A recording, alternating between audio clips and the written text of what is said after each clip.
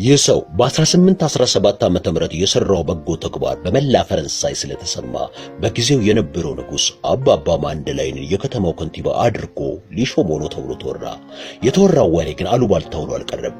ከጥቂት ቀናት በኋላ የአባባ ማንደላይን መሾም በጋዜጣ ታትሞ ወጣ። አባባ ማንደላይን ግን ሹመቱን የማይቀበል መሆኑን አስታወቀ። ደጉ ሰው ከከተማው በገባ በአምስተኛው ዓመት ማለት በ1820 ዓመተ ምህረት ለሕዝብ ጥቅም ብሎ ያሰራው ነገር እጅግ በጣም የገዘፈ በመሆኑ ንጉሱ እንደገና ሲሾሙት አሁንም ሹመቱን አልቀበልም አለ።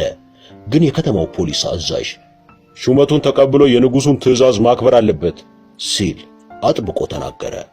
ከከተማው ውስጥ የሚኖሩ ታላላቅ ሰዎችና መኳንንትም ከቤቱ ድረስ እየመጡ ሹመቱን እንዲቀበል ተማጠኑት።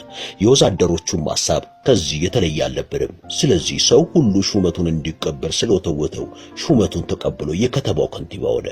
ሰው ሁሉ ሹመቱን እንዲቀበል የገፋፋው አንዲት የኑሮ ደረጃዋ ዝቅተኛ የሆነ አሮጊት ከሰፈር ሰፈር እየዞረች ጥሩ ከንቲባ ማግኘት እኮ ጥሩ ነገር ነው፣ መልካም ሥራ የሚሰራ ሰው አይወድላችሁ እያለች ህዝቡን በመቀስቀሷ ነው ይባላል።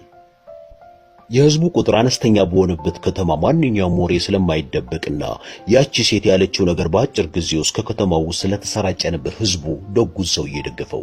ቢሆንም ቀን እየገፋ ሲሄድ ምንም እንኳን ቁጥሩ አነስተኛ ቢሆንም ተቃዋሚ አልጠፋም። ይህ መቼም የህይወት እውነታ ነው። በራሳቸው ጥረትና ችሎታም ሆነ በሌሎች ድጋፍ ስልጣን የጨበጡ ሰዎች ተቃዋሚ አያጡም። መሴ ማንደላይንም ከዚህ ሊርቅ አልቻለም። ነገር ግን ተቃውሞ ብዙም አልቆየም። በተለይ ደጉ ሰው ሹመቱን ከተቀበለ በኋላ በህዝቡ ዘንድ የነበረው አድናቆትና ከበሬታ ጨመረ እንጂ አልቀነሰም። ለምን ቢሉ ሰውየው የተጣላን ያስታርቃል፣ የታመመን ይጠይቃል፣ ከዚህ ዓለም በሞት የተለየን ይቀብራል። የአገሩ ሰው በተራው ዳኛ አድርጎ ሾመው። የዓለም ሕግ ልቡ ላይ የተጻፈ ይመስል የሚበይነው ፍርድ የተወላገደ፣ የሚሰጠው ምክር የተጣመመ አልነበረም። ነገር ሁሉ ፊት ለፊት እንጂ ወደ ኋላ አያውቅም። በዚህ የተነሳ ከ6 እና ከ7 ዓመታት በኋላ ስሙ በሚኖርበት ክፍለ ሀገር ብቻ ሳይሆን በመላው ፈረንሳይ እጅግ ገነነ።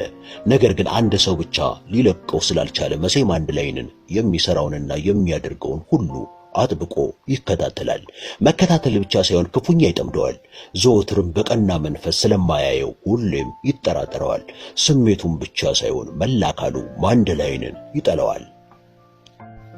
መሴ ማንደላይን መንገድ ላይ ባለፈ ቁጥር ሰው ሁሉ በፍቅር አይነ ሲያየው ያቀጠን ብሎ ከቁመቱ ዘለግ ያለውና የወታደር ልብስ የሚለብሰው ሰው ግን በአይነ ቁራኛ ይጠብቀዋል። ከአይኑ እስከተሰወረ ድረስ አተኩሮ ከመመልከትና መሴ ማንደላይንን ከማጤን አይቆጠብም። ግንባሩን እየቋጠረ ይህ ሰው ማን ነው? በእርግጥም ካሁን ቀደም አይቼዋለሁ። ታዲያ የት ነው የማውቀው? ሰው ሁሉ ያደንቀዋል፣ ይወደዋል። እኔ ግን እጠራጠረዋለሁ፣ ወንጀለኛም ይመስለኛል ብሎ የሚናገር ይመስል ከአጠገቡ ሰው ሳይኖር ከንፈሩን ያነቃንቃል። ደጉን ሰው ባየ ቁጥር ከሐሳቡ ጋር ግብ ለመግጠሙና ለመሟገቱ ያስታውቅበታል።